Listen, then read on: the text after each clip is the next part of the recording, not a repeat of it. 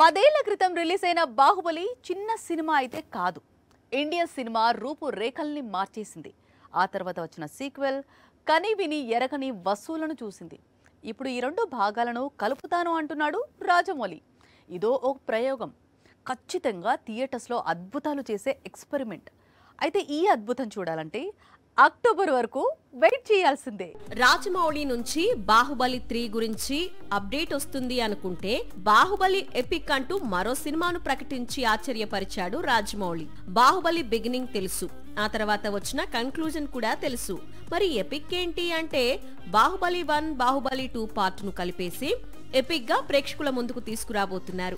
మొదటి 2 భాగాల నిడివి దాదాపు 6 గంటలు. ఇన్ని గంటల సినిమాను ఇప్పుడు 3 గంటలకు సెట్ చేసి థియేటర్స్ లోకి తీసుకురాబోతున్నారు. రాజమౌళి ఎన్ని సినిమాలు తీసినా అవన్నీ ఒక ఎత్తు, బాహుబలి సిరీస్ మరో ఎత్తు. పైగా ఈ చిత్రానికి మరో సీక్వెల్ కూడా ఉందని ప్రకటించాడు రాజమౌళి. మరి ఎపిక్ లో ఏం చూపిస్తాడు? పూర్తిగా సినిమాల్లో కనిపించిన విజువల్స్ ను వాడతాడా, లేక ఏవైనా కొత్త విజువల్స్ కూడా మిక్స్ చేసి ప్రేక్షకులను సర్ప్రైజ్ చేస్తాడా అనేది చూడాల్సి ఉంది.